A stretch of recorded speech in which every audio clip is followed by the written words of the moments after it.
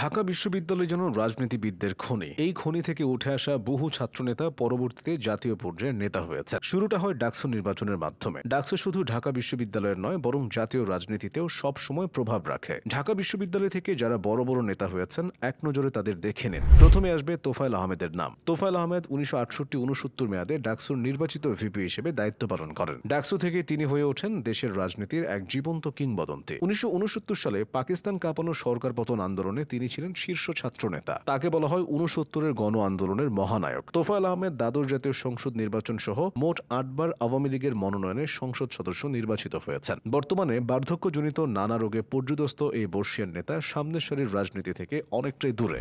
ডাকসু থেকে উঠে আসা আরেক আলোচিত রাজনীতিবিদ মতিয়া চৌধুরী অনর্বশী বক্তৃতা করে নিপীড়িত জনগোষ্ঠীকে উদ্বুদ্ধ করতেন বলে তাকে বলা হতো অগ্নিকন্যা। মতিয়া চৌধুরী 1963-64 মেয়াদে ডাকসুর নির্বাচিত জিএস তথা সাধারণ সম্পাদক হিসেবে দায়িত্ব পালন করেন। তার রাজনৈতিক জীবন শুরু হয় বামপন্থী ঘরানায়। মতিয়া ছিলেন আওয়ামী লীগের প্রেসিডিয়াম সদস্য। কৃষিমন্ত্রী ছাড়াও দায়িত্ব পালন করেছেন জাতীয় সংসদের উপনেতা হিসেবে। 2024 সালের 16 অক্টোবর 82 বছর বয়সে তিনি ইন্তেকাল করেন। মতিয়া চৌধুরীর সঙ্গে একই মেয়াদে ডাকসুর ভিপি ছিলেন রাশেদ খান মেনন। রাশেদ খান মেনন একজন প্রথিতযশা কমিউনিস্ট নেতা এবং শেখ মুজিবুর রহমানের সময়কার নামকরা ছাত্র নেতা। ডাকসুর ভিপি হিসেবে নেতৃত্ব দেওয়া এই বামপন্থী নেতা বাংলাদেশের ওয়ার্কার্স পার্টির বর্তমান সভাপতি এবং বাংলাদেশ জাতীয় সংসদে বেশ কয়েকবার নির্বাচিত সংসদ সদস্য। তিনি আওয়ামী লীগ নেতৃত্বাধীন মহাজোট সরকারের মন্ত্রী হিসেবেও দায়িত্ব পালন করেছেন। ছাত্র জনতার অভ্যুত্থান পরবর্তীকালে 2024 সালের আগস্টে বেশ কয়েকটি মামলায় গ্রেফতার হন রাশেদ খান মেনন। বর্তমানে তিনি কারাগারে আছেন। ডাকসু থেকে উঠে আসা আরেক গুণী রাজনীতিবিদ আসম আব্দুর রব। তিনি 1970-71 মেয়াদে ডাকসুর ভিপি ছিলেন। মুক্তিযুদ্ধকালীন ঢাকা বিশ্ববিদ্যালয়ের মানচিত্র খতিকা পতাকা উত্তোলনের গুরুত্বপূর্ণ নেতা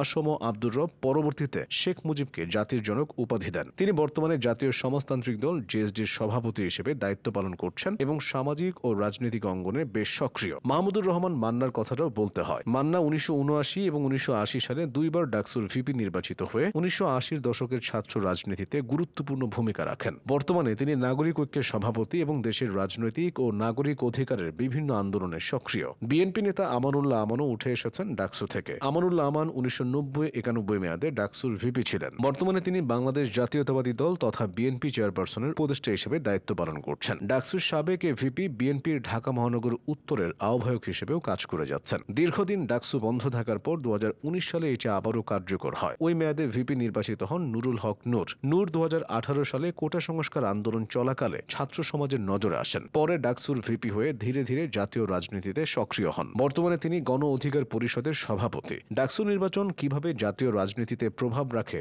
এই নেতারা তারই চাক্ষুষ সাক্ষী।